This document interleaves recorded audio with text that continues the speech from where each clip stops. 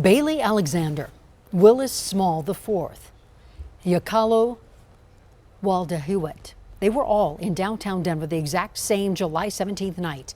None of them knew each other then, and now all of them are connected. All three were either shot or injured when police shot at a suspect standing near a crowd downtown.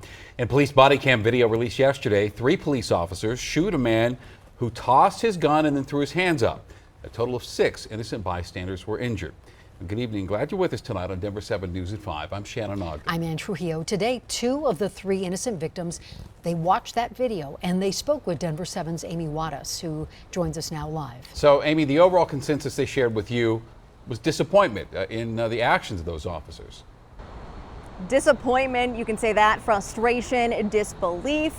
2 of the victims we spoke with say they saw that video. One of them hasn't yet. He says he's not ready to, but will in time.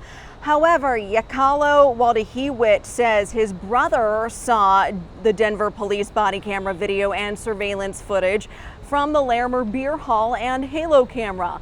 Walda-Hewitt was shot in the upper arm. Meanwhile, the other 2 victims we talked to, Bailey Alexander and Willis Small IV, say they watched the footage right after it was released. Alexander says she was hit in the back and the bullet came out through her right upper arm. Small says he was struck in the side of his foot. All 3 victims have the same thing in common. They feel the officers who fired the shots did not do their job correctly. As a police officer whose duty is to protect us, you would believe they'd take a couple more seconds to make sure that they make the right decision, especially considering everybody down there. I definitely think that police officers were in the wrong in that moment, at that situation. I feel like a lot of steps were missed on the police department's or on the police officers' side. I'm still in the disbelief phase of how police officers would shoot into a mass crowd like that when the suspect had his hands up, and it just makes no sense to me, the lack of training. While these victims say they know officers made a split-second decision when dealing with the suspect they were targeting in this shooting, who was 21-year-old Jordan Waddy, they feel they could have made better decisions with a large crowd nearby.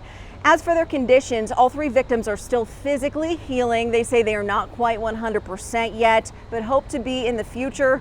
As for emotionally, they say last month's incident will take a long time to recover from.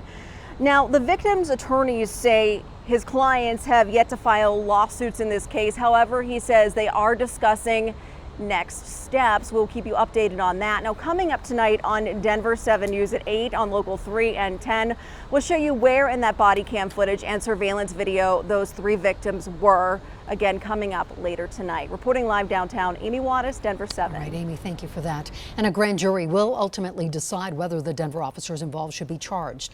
Going in depth tonight, a grand jury is made up of 12 people. 9 of the grand jurors have to agree on whether to charge the officers in order for there to be a decision.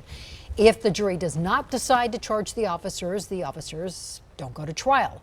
However, the officers could still face civil lawsuits. Over the last decade in Colorado, grand juries have indicted police in 3 of 11 cases. The most recent case involving Elijah McClain, who died back in 2019. A grand jury decided to charge 3 former Aurora police officers and 2 paramedics for their role in his death, and all 5 are still awaiting trial. And you can watch that body cam video of the shooting downtown. Right now, we have it for you on the denverchannel.com. You can also watch our past stories on this shooting on the free Denver 7 Plus app.